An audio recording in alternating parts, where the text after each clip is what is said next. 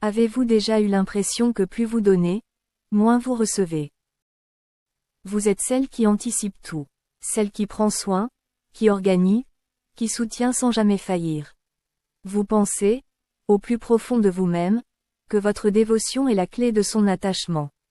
Que plus vous serez indispensable, plus il vous aimera.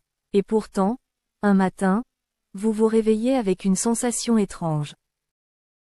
Malgré tous vos efforts, il semble distant, moins admiratif, presque étouffé par cette bonté que vous lui offrez chaque jour.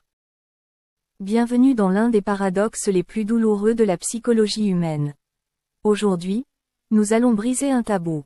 Nous allons comprendre pourquoi, passé un certain stade, votre gentillesse ne construit pas un pont, mais un mur.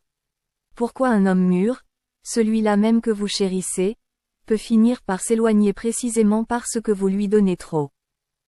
Restez avec moi jusqu'à la fin de cette réflexion, car la vérité que je vais vous révéler pourrait bien être le point de départ de votre propre libération. Le premier secret à comprendre est celui de la valeur perçue. Dans l'esprit d'un homme qui a vécu, la rareté crée le désir. Lorsqu'une femme sacrifie ses propres besoins, ses propres passions et son propre temps pour se consacrer entièrement à l'autre, elle envoie un signal inconscient. Elle dit, sans le vouloir, que sa propre vie a moins de valeur que celle de son partenaire. Et là où vous voyez de l'amour, il commence à voir une forme de dépendance.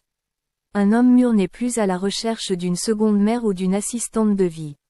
Il recherche une égale, une femme qui possède son propre univers, ses propres mystères, et surtout, ses propres limites. Quand vous effacez vos limites pour lui plaire, vous effacez ce qui faisait de vous la femme fascinante qu'il a rencontrée au début. Vous devenez prévisible, et dans la prévisibilité, l'attirance s'endort. Il y a ensuite la question de la culpabilité inconsciente. Recevoir énormément sans pouvoir rendre au même niveau crée un déséquilibre de pouvoir. En étant trop parfaite, vous placez l'homme dans une position de débiteur permanent. Il se sent redevable de votre gentillesse, et pour beaucoup d'hommes, cette dette émotionnelle est insupportable. Pour échapper à ce sentiment d'infériorité, il s'éloigne. Pas parce qu'il ne vous aime pas, mais parce qu'il ne supporte plus l'image de lui-même que votre perfection lui renvoie. Le piège de la femme, trop gentille, est aussi celui de la peur du conflit.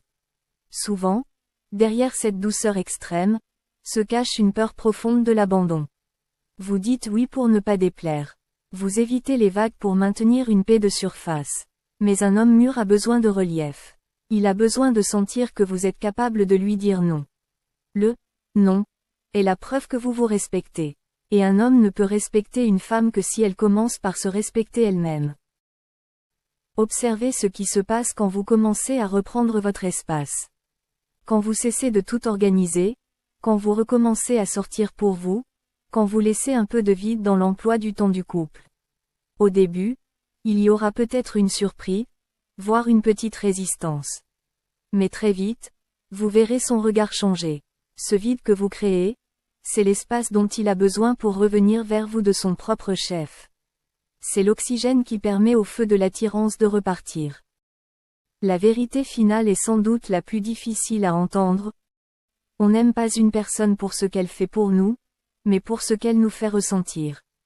Si votre présence est synonyme de service permanent, il vous appréciera.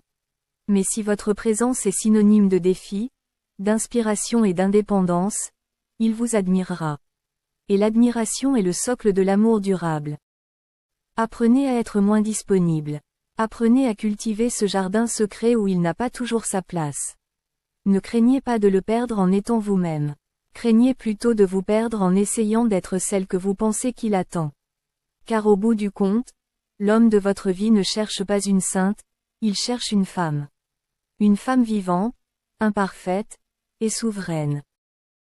Merci d'avoir regardé cette vidéo et si la chaîne vous plaît, abonnez-vous pour ne pas rater les prochains épisodes.